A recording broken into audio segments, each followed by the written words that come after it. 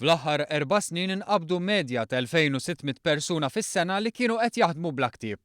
Persuni ġejjin minn iktar minn 110 pajjiżi minn madwar id-dinja.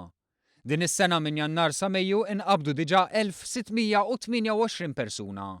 741 huma Maltin, segwiti mill-Filippini li raw żieda mis-snin ta' qabel b'108, 107 Taljani, 80 mis-Serbja u 71 mill-Bulgarija. Ħarsa anke lejn is-snin ta' qabel tikkonferma ċertu tendenzi. Sena wara sena l-ħaddiema bla ktieb Maltin jibqgħu fl-ikbar numru, b'total ta' 7702 mill-bidu tal-2012 sa Mejju 2016.